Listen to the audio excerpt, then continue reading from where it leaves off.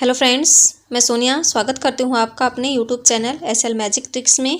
राधे राधे, जय श्री कृष्णा। आप सब कैसे हैं? आई होप आप सब अच्छे होंगे। तो फ्रेंड्स, हम कर रहे थे जो साइकोलॉजी है उसके मॉक टेस्ट जो कि एस्टेट के लिए हैं।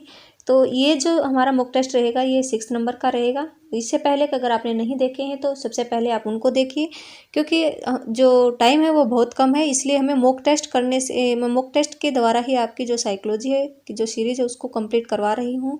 नहीं तो मैं आपको थ्योरी भी उपलब्ध करवा देती, लेकिन जो टाइम है बहुत ही कम है और मैं ज़्यादा वीडियो नहीं बना पाती हूँ क्योंकि टाइम कम रहता है। इसलिए आपको मॉक टेस्ट तो ज़रूर ही करना है।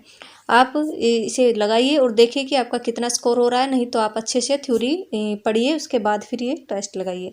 तो चलिए शुरू करते हैं। इसमें मैंने ज़्यादातर जो पैडालॉजी जो अब की बार पैटर्न चेंज हो गया है स्टेट, उसके हिसाब से क्वेश्चन सम्मिलित किए हैं और इसमें स्टेट प्रीवियस ईयर क्वेश्चन भी सम्मिलित किए हैं। तो चलिए शुरू करते हैं। आप देखिए आपका कितना स्कोर बन रहा है और कमेंट जरूर कीजिएगा। तो फर्स्ट क्वेश्चन रहेगा, 30 तक हमने कर लिए थे, अब 31 से शुरू करते हैं हम। जो फर्स्ट क्वेश्चन रहेगा हमारा, वास्तविक स्मृति में याद किया जाता है। तो वास्तविक स्मृति में क्या याद किया जाता है, ये शायद प्रीवियस वीडियो में भी किया था हमने। आदत से, यांत्रिकता से, सक्रिय रूप से या क्रमबद्धता से। तो वास्तविक स्मृति जो हमारी रियल चीज़ों से रिलेटेड होती है वो हम यांत्रिकता से करते हैं। तो किससे करते हैं? यांत्रिकता से करेंगे। तो ऑप्शन नंबर बी हमारा राइट हो जाएगा। नेक्स्ट क्वेश्चन है, वृद्धि एवं विकास का मुख्य सिद्धांत कौन सा है? तो वृद्धि एवं विकास का मुख्य सिद्धांत कौन सा रहेगा? तत्परता का नियम, जी बिल्कुल।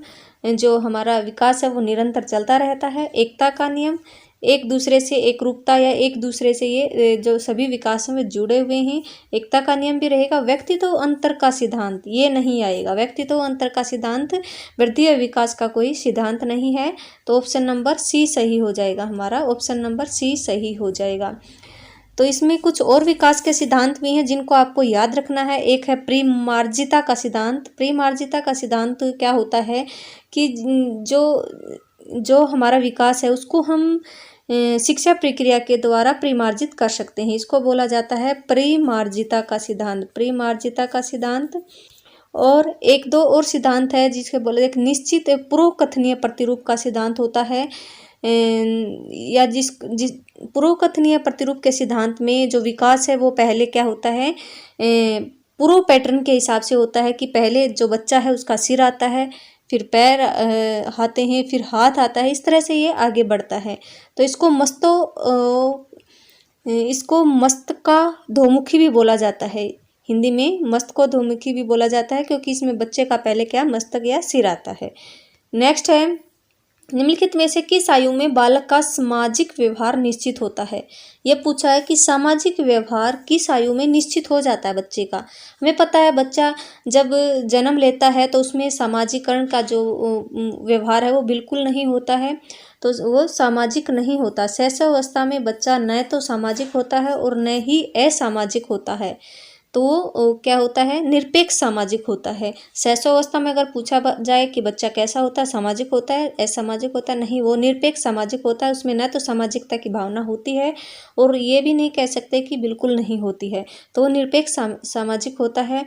तो इसमें पूछा गया है कि तो फिर बच्चा धीरे धीरे बड़ा होता है और बड़ा होने के साथ ही हमें पता है 2 साल का बच्चा अच्छे से बोलने लग जाता है और 6 महीने का बच्चा जो दूसरे व्यक्ति हों उनसे डरने लगता है और घर के व्यक्तियों को पहचानने लगता है। 6 महीने का बच्चा, और 3 माह की आयु में बच्चा अपने माँ को पहचानने लगता है। इस तरह से उसमें धीरे धीरे सामाजिकरण के गुण आने लगते हैं। तो इसमें पूछा है कि सामाजिक व्यवहार निश्चित कैसे करेंगे? 3 वर्ष से पूर्व, 3 से 6 वर्ष पूर्व, 6 से 14 वर्ष पूर्व, 14 के बाद। तो इसमें तो इजी क्वेश्चन है ये। सामाजिक व्यवहार निश्चित 3 साल से पहले ही हो जाता है, क्योंकि आज के समय में 3 साल का बच्चा स्कूल में जाने लगता है और स्कूल जो है हमारा सामाजिकरण का दूसरा जो संस्था रहेगी। लेकिन जो पहला जो हमारा समाजीकरण हमारा सबसे पहले परिवार में होता है और परिवार के बाद विद्यालय में होता है। तो परिवार 3 साल तक का बच्चा परिवार में रहता है तो उसमें समाजीकरण के गुण आने लगते हैं। तो हमें शैशव अवस्था में माना जाता है कि बच्चा न सामाजिक होता है न असामाजिक होता है, तो इसलिए वैसे शैशव अवस्था 0 से 2 वर्ष मानी जाती है, 2 वर्ष मानी जाती है। तो शैशव अवस्था 2 वर्ष तक के बच्चे को हम बोल सकते हैं वो न सामाजिक होता है न असामाजिक होता है। लेकिन 2 वर्ष के बाद जब वह तीसरे साल में प्रवेश करता है तो उसमें सामाजिकता के गुण आने लगते हैं और उसमें सामाजिक व्यवहार निश्चित हो जाता है। आई होप आपको क्लियर होगा। नेक्स्ट है, विकास की सबसे जटिल अवस्था कौन सी है? तो विकास की सबसे जो जटिल अवस्था रहेगी, हमें पता है कौन सी रहेगी, वो रहेगी शैशव अवस्था, शैशव अवस्था नहीं, किशोर अवस्था। विकास की सबसे जटिल अवस्था कौन सी रहेगी? किशोर अवस्था रहेगी, क्योंकि इसमें बहुत से चेंज आते हैं व्यक्ति में। किशोर अवस्था के दौरान बहुत से चेंज आते हैं। यह विकास की सबसे जटिल अवस्था मानी जाती है और स्टैनले हॉल ने इसे तनाव, तूफान एवं संघर्ष की अवस्था भी बोला है। किसको? किशोर अवस्था को। तो और यह इसमें जो है, जो हमारा व्यवहार है वो समलिंगी समूह, इसमें जो विषमलिंगी समूह के प्रति इसमें आकर्षण होता है किशोर अवस्था में।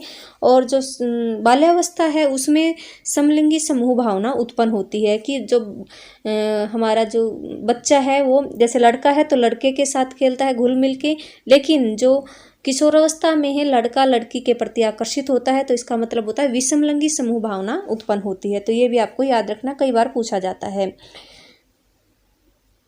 और जो किशोरावस्था है उसको मैंने बताया तनाव, तूफान और संघर्ष की अवस्था किसने बोला? स्टैनले हॉल ने। एक फेमस क्वेश्चन है, कई बार पूछा जाता है। नेक्स्ट है, बालक में सामाजिक भावना का विकास जन्मजात होता है, क्या आप इस बात से सहमत हैं? तो ये स्टेट में आया हुआ क्वेश्चन है 2012 में। तो पूछा गया क्या आप इस बात से सहमत है कि सामाजिक भावना का विकास जन्मजात होता है बच्चे में? तो इसमें हम सहमत कैसे हो सकते हैं? मैंने अभी ऊपर बताया आपको कि जो शैशव अवस्था है उसमें तो बच्चा न तो सामाजिक होता है और न ही असामाजिक, उसको हम असामाजिक बोल सकते हैं। लेकिन जन्म होते ही बच्चे में सामाजिकरण के भाव बिल्कुल भी नहीं होते हैं, शून्य होता है। तो इसलिए इस बात से हम क्या हैं? असहमत हैं। ऑप्शन नंबर सी सही हो जाएगा। नेक्स्ट है, एक बच्चे की वृद्धि और विकास के अध्ययन की सबसे अच्छी विधि कौन सी है? इसमें पूछा वृद्धि एवं विकास के अध्ययन की सबसे अच्छी विधि कौन सी रहेगी? तुलनात्मक विधि, सांख्यिकीय विधि? बिल्कुल नहीं है। तुलनात्मक विधि भी नहीं होगी, मनोविश्लेषण विधि तो बिल्कुल भी नहीं होगी। तो विकासीय जो विधि रहेगी वो रहेगी वृद्धि और विकास को मापने की सबसे अच्छी विधि रहेगी। नेक्स्ट है, एक शिक्षक विद्यार्थियों में सामाजिक मूल्यों को किस प्रकार विकसित कर सकता है? तो ये पेडालॉजी का क्वेश्चन है, आपको ध्यान से समझ के करना है। महान व्यक्तियों के बारे में बोलकर, अब कुछ देखते ही इसमें ये टिक कर देंगे, इसमें वो अच्छे से पढ़ना है हमें। तो महान व्यक्तियों के बारे में बोलकर बोला गया है, बोलकर उनके बारे में स्टोरी सुना के या उनके प्रति उनके रोल करके, अगर ऐसे आता है तो क्वेश्चन शायद हमारा सही होता है ये ऑप्शन। अनुशासन की अनुभूति को विकसित करके, अनुशासन का विद्यार्थियों में सामाजिक मूल्यों से कोई लेन देन नहीं है ज़्यादा, आदर्श रूप से बर्ताव करके, उन्हें अच्छी कहानी सुनाकर। तो ऐसे अच्छी कहानी सुनाकर हम सामाजिकरण का विकास कर सकते हैं। लेकिन सबसे बेस्ट जो ऑप्शन रहेगा हमारा, इसमें हमें सबसे बेस्ट चुनना आदर्श रूप से बर्ताव करके। हम रोल मॉडल के रूप में अगर जो टीचर है वो खुद को प्रस्तुत करेगा बच्चों के सामने, तो उसमें वैसे ही उनके प्रति अपने टीचर के जैसे बनने की भावना विकसित होगी। तो इसलिए सामाजिक मूल्यों का विकास आदर्श रूप से बर्ताव करके अच्छे से होगा। आई होप आपको क्लियर हो गया होगा। नेक्स्ट है, शिक्षक का बालकों के समाजीकरण में योगदान में सबसे महत्वपूर्ण कारक निम्नलिखित में से कौन सा है? यहाँ पे अभी सामाजिकरण है, समाजीकरण में योगदान में सबसे महत्वपूर्ण कारक निम्नलिखित में से कौन सा होगा? जानकारी, व्यक्तित्व, व्यवहार या शिक्षा? अभी मैंने ऊपर कराया, वह आदर्श बर्ताव करेगा तभी तो बच्चे अब टीचर्स को अपना रोल मॉडल मानेंगे। तो इसमें कौन सा ऑप्शन आपको सही लगता है? जानकारी। जानकारी से क्या होगा? कोई भी जानकारी दे दो, अच्छी अच्छी जानकारी दे दो, एक दिन सुनेंगे बच्चे, दूसरे दिन भूल जाएंगे। व्यक्ति तो किसी की पर्सनैलिटी से प्रभावित हो सकते हैं बिल्कुल। शिक्षा से तो होता ही है सामाजिकरण का विकास, शिक्षा से। लेकिन यहाँ पे बेस्ट ऑप्शन चुनना है व्यवहार। तो बच्चे सामाजिकरण का विकास सबसे ज़्यादा व्यवहार को देखकर होता है, तो व्यवहार से होता है। सामाजिकरण में योगदान सबसे ज़्यादा जो महत्वपूर्ण कारक रहेगा व्यवहार रहेगा। तो बच्चा जो है समाज से देखकर ज़्यादा सीखता है, तो इसलिए सामाजिकरण का विकास बच्चे में व्यवहार से ज़्यादा होगा। ऑप्शन नंबर सी सही हो जाएगा। नेक्स्ट है, बच्चों में संज्ञानात्मक विकास की सबसे अच्छे तरीके से कहाँ परिभाषित किया जाता है? यूपी टेट में आया है और एच टेट में भी कई बार आ गया है ये क्वेश्चन। तो ये संज्ञानात्मक विकास को सबसे अच्छे तरीके से हम कहाँ प्रभावित कर, अगर पूछा जाए संज्ञानात्मक विकास को तो कहाँ होएगा? विद्यालय एवं कक्षा में। तो संज्ञानात्मक विकास कहाँ पे होगा? विद्यालय और कक्षा में। अगर पूछा जाए सामाजिक विकास, सामाजिक विकास को अच्छे तरीके से कहाँ परिभाषित कर सकते हैं? तो होगा खेल के मैदान में। ये आपको ध्यान रखना है। नेक्स्ट है, उम्र बीतने के साथ बच्चे के शरीर के आकार प्रकार में वृद्धि को कहा जाएगा। उम्र बीतने के साथ बच्चे के आकार और व्याकार में, इसको सिर्फ आकार और प्रकार में बोला है, वृद्धि को क्या कहा जाएगा? तो उसको हम वृद्धि ही बोलेंगे। इसमें वृद्धि नहीं लिखा, वर्धन लिखा है, एक ही बात है। क्या बोलेंगे? वृद्धि बोलेंगे। सिर्फ आकार प्रकार में, अगर आकार प्रकार न लिखा होता तो हम विकास के साथ जा सकते थे। तो इसमें स्पेशली बोला गया है आकार और प्रकार में वृद्धि को क्या कहा जाएगा? वृद्धि कहा जाएगा। और विकास में सभी एक्सेप्ट में सभी जो हमारे जरूरी नहीं कि आकार में ही वृद्धि हो, उसके जो मेंटल डेवलपमेंट है सभी तरह का विकास में वृद्धि होनी चाहिए, तो वो विकास होगा हमारा, ओवरऑल डेवलपमेंट होना चाहिए। नेक्स्ट है, कौन सा कथन सत्य है? संवेगों में वृद्धि कल्पना तर्क आदि के साथ सकारात्मक सहसंबंध होते हैं। संवेग का बुद्धि कल्पना तर्क आदि के साथ कोई संबंध नहीं होता है। संवेगों का कल्पना तर्क आदि के साथ नकारात्मक सहसंबंध होता है, उपरोक्त में से कोई नहीं। तो ये सोचने वाले क्वेश्चन होते हैं जो पेडागोजी के होते हैं वो। तो इसमें पूछा है कि जो संवेग है, अब मान लो कि किसी को गुस्सा आता है, गुस्से में क्या करेगा? उसका दिमाग काम करेगा? बिल्कुल भी नहीं करेगा। तो संवेग अगर ज़्यादा होंगे तो दिमाग कम काम करेगा, तो क्या संबंध हुआ? उल्टा हो गया। तो संवेगों का संबंध क्या होता है? बुद्धि कल्पना और तर्क के साथ नकारात्मक होता है, सकारात्मक नहीं होता है। जितने ज़्यादा संवेग होंगे आदमी में, जितने ज़्यादा क्रोध होगी, ईर्ष्या होगी, उतना ही ज़्यादा उसका दिमाग कम काम करेगा और उतनी ही उसकी सोचने की शक्ति, तर्क करने की शक्ति बिल्कुल कम होगी। तो इसलिए आपको ध्यान रखना है, आपको सिर्फ एक बार अपने ऊपर अप्लाई करें या फिर किसी के ऊपर अप्लाई करके क्वेश्चन को सोचना है, फिर आप देखें आपका आंसर बिल्कुल सही होगा। तो संवेगों का जो बुद्धि कल्पना और तर्क के साथ बिल्कुल नकारात्मक संबंध होता है। ऑप्शन नंबर सी सही हो जाएगा हमारा। नेक्स्ट है, गत्यात्मक योग्यताएं वे शारीरिक गतियां हैं जो गत्यात्मक योग्यताएं हैं वे शारीरिक गतियां हैं जो नाड़ियों और हड्डियों की क्रियाओं के संयोजन द्वारा संभव हों, नाड़ियों तथा मांसपेशियों की क्रियाओं के संयोजन द्वारा संभव हों, नाड़ियों तथा टांगों की क्रियाओं के संयोजन द्वारा संभव हों। अब एक बात सोचने की बात है कि इसमें टांग में भी तो हड्डियां होती हैं और यहाँ पर भी हड्डियां दी हुई है, तो नाड़ियों और हड्डियों के संयोजन का तो कोई रिलेशन ही नहीं हुआ। तो ये दोनों ऑप्शन वैसे भी हम एलिमिनेट कर सकते हैं। तो यहाँ पे ऑप्शन बच गया जी, नाड़ियों और मांसपेशियों की क्रियाओं के संयोजन को ही हम क्या कहते हैं? गत्यात्मक योग्यताएं कहते हैं। इनसे ही के द्वारा ही संभव है। नेक्स्ट है, नायक पूजा और दिक्सोपन देखना किस अवस्था की विशेषताएं हैं? तो नायक पूजा और दिक्सोपन देखना ये किस अवस्था की जो विशेषताएं हैं? तो बाल्यावस्था, प्रौढ़ावस्था, किशोरावस्था या वृद्धावस्था। तो ये नायक पूजा और दिक्सोपन देखना, जो सोपन है वो किस अवस्था में देखे जाते हैं? वो किशोर अवस्था में देखे जाते हैं। दिक्सोपन देखना तो वो होता है किशोर अवस्था में। और इस अवस्था में क्या होता है? विषमलिंगी आकर्षण होता है। मैंने ऊपर भी बताया आपको, विषमलिंगी आकर्षण होता है। और इसमें क्या होता है? विद्रोह की भावना भी उत्पन्न होती है। इसमें देशभक्ति की भावना भी किस में होती है? किशोर अवस्था में ही उत्पन्न होती है। और इसके प्रति जो नेतृत्व की भावना भी इसी में किशोर अवस्था में ही उत्पन्न होती है। कई बार पूछा जाता है और कौन कौन सी भावनाएं उत्पन्न हो सकती हैं इसमें काम प्रवृत्ति की जो परिपक्वता, इसमें जो व्यक्ति है काम में अच्छे से संपूर्ण मतलब उसमें परिपक्वता आ जाती है। और जो हमारे दिक्सोपन का तो ये क्वेश्चन ही होगा, दिव्यशोपन भी किस में देखे जाते हैं? किशोर अवस्था में देखे जाते हैं। तो इसे टीन एज भी बोला जाता है। क्या बोला जाता है? टीन एज, ये आपको याद रखना है। और खिलौनों की आयु बाल्यावस्था को बोला जाता है। नेक्स्ट है,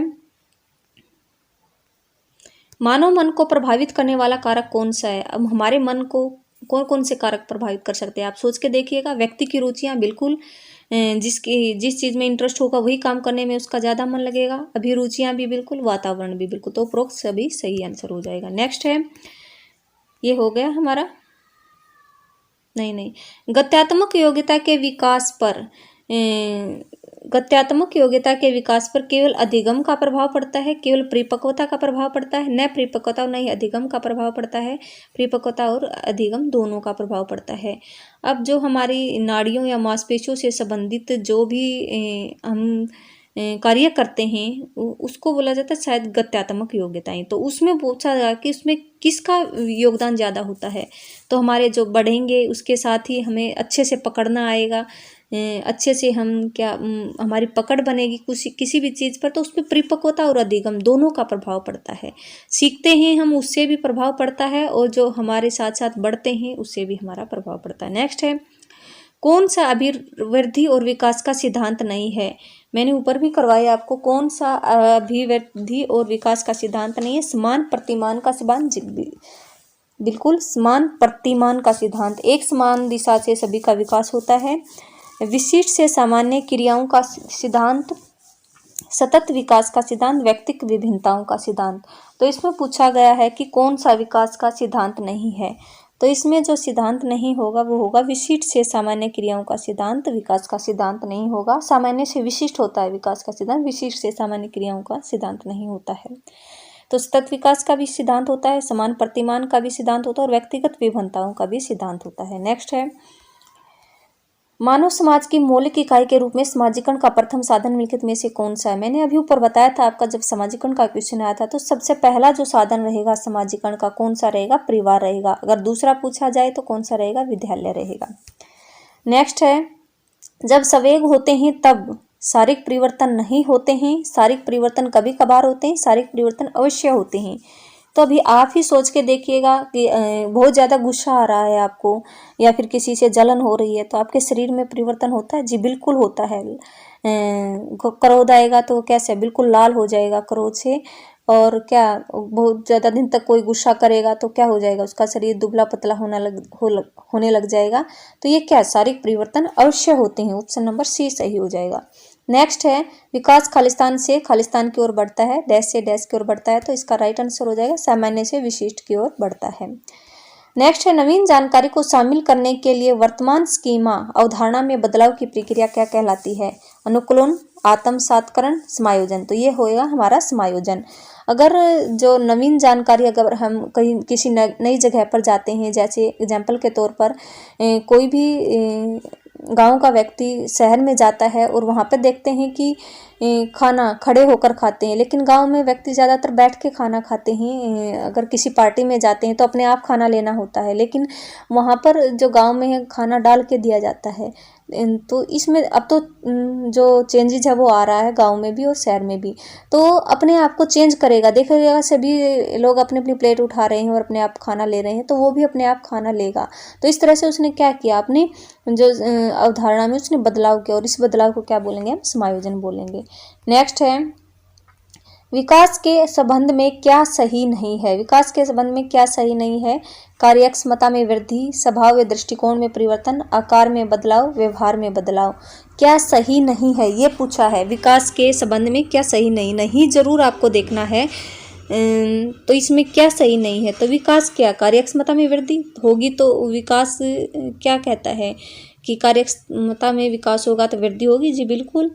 स्वभाव दृष्टिकोण में परिवर्तन? जी बिल्कुल, स्वभाव दृष्टिकोण में परिवर्तन भी विकास के साथ हो सकता है। आकार में बदलाव, जरूरी नहीं कि आकार में बदलाव हो विकास, आकार में बदलाव ना हो तो विकास ना हो, ऐसा कुछ नहीं है। अगर कोई भी बच्चे जिसकी हाइट कम है, हाइट नहीं बढ़ रही है, मतलब बढ़ रही है, तो ये जरूरी नहीं कि उसका विकास नहीं होगा। तो विकास आकार में बदलाव से इसका कोई ये सही नहीं है। ऑप्शन नंबर सी सही हो जाएगा। व्यवहार में बदलाव तो जरूरी ही है। नेक्स्ट है, समाजीकरण की वह प्रक्रिया जिसमें बच्चे व वयस्क सीखते हैं। तो अभी आया, जिसमें बच्चे व वयस्क सीखते हैं। समाजीकरण की वह प्रक्रिया कौन कौन सीखता है? समाजीकरण की प्रक्रिया में परिवार से सीखते हैं बच्चे, विद्यालय से सीखते हैं, श्रेष्ठ जनों से सीखते हैं। जी बिल्कुल, ये तीनों अंग किसके हैं? समाज के हैं, तो समाज से ये सभी हो जाएगा। परिवार पहला अंग है, विद्यालय दूसरा है, और श्रेष्ठ जनों से भी सीखते हैं, तो ये भी सभी हो जाएगा। नेक्स्ट है, बाल्यावस्था में सामाजिक विकल्प के रूप में मुख्य है सामाजिक चेतना का यथेष्ट विकास, क्वेश्चन को ध्यान से पढ़ना। बाल्यावस्था में सामाजिक विकल्प के रूप में मुख्य क्या है? बाल्यावस्था में पूछा है। सामाजिक चेतना का यथेष्ट विकास और बालक बालिकाओं में एक साथ मिलकर रहने की प्रवृत्ति, अपनी अवस्था में गिरोह से अलग रहना, बाल्यावस्था की अंतिम अवस्था माता पिता से सहज सामंजस्य। तो मैंने ऊपर बताया था आपको कि इसमें जो बाल्यावस्था है उसमें सभी एक साथ मिलकर रहते हैं। तो इसमें क्या है? बालक बालिकाओं में एक साथ मिलकर रहने की प्रवृत्ति बाल्यावस्था में सामाजिक विकल्प के रूप में है। और इसके क्या बोला जाता है? खिलौनों की आयु भी बोला जाता है, टीनेज। और खिलौनों की आयु पूछा जाता है, किसको बोला जाता है? पूर्व बाल्यावस्था को टॉय एज बोला जाता है। नेक्स्ट है, और पूर्व बाल्यावस्था का जो टाइम पीरियड होता है वो कितना होता है? 2 से 6 और 6 से 12 होता है उत्तर बाल्यावस्था। छात्रों में सामाजिक चेतना विकसित की जाती है अध्यापक द्वारा भाषण देने से। सोचने वाला क्वेश्चन है पेडालॉजी का। सामाजिक चेतना हम कैसे विकसित कर सकते हैं? छात्र में अध्यापक भाषण देके कर सकता है, उसके द्वारा विचार विमर्श करने से हो सकती है, छात्रों के पुस्तक पढ़ने से सामाजिक चेतना का विकास हो सकता है, छात्रों में समाचार पत्र पढ़ने की आदत डालने से हो सकता है। तो इसका सही ऑप्शन क्या होगा? विचार विमर्श जरूरी नहीं वो समाज के बारे में करें, अपने खुद पर्सनल बारे में भी कर सकता है, तो ये कट जाएगा। अध्यापक द्वारा भाषण देने से हो सकता है लेकिन उतना सही नहीं है। छात्रों के पुस्तक पढ़ने से भी हो सकते हैं लेकिन सही हो जाएगा छात्रों में समाचार पत्र पढ़ने की आदत डालने से, क्योंकि समाचार पत्र में समाज से रिलेटेड बहुत सारी चीज़ें आती हैं, तो समाचार पत्र पढ़ने की आदत डालने से ऑप्शन नंबर डी सही हो जाएगा। नेक्स्ट है, संज्ञानात्मक विकास के सिद्धांत के प्रणेता कौन है? तो ये इजी क्वेश्चन रहेगा, पियाजे रहेंगे। संज्ञानात्मक विकास इसमें व्यवस्थाएं दी हैं, उच्चारों आपको याद होनी चाहिए और उनका टाइम पीरियड भी याद होना चाहिए। एग्जाम में बार बार पूछी जाती हैं। सेंसरी मोटर स्टेज, पूर्व संक्रियात्मक अवस्था और लास्ट वाली और हो जाएगी शायद मूर्त संक्रियात्मक अवस्था, और सबसे लास्ट वाली है हमारी औपचारिक सक्रियात्मक अवस्था, जिसको फॉर्मल प्रेशनल स्टेज बोलते हैं। तो 4 ये अवस्थाएं आपको याद रखनी है, तो इनकी जो टाइम पीरियड है वो भी आपको याद रखना है। नेक्स्ट है,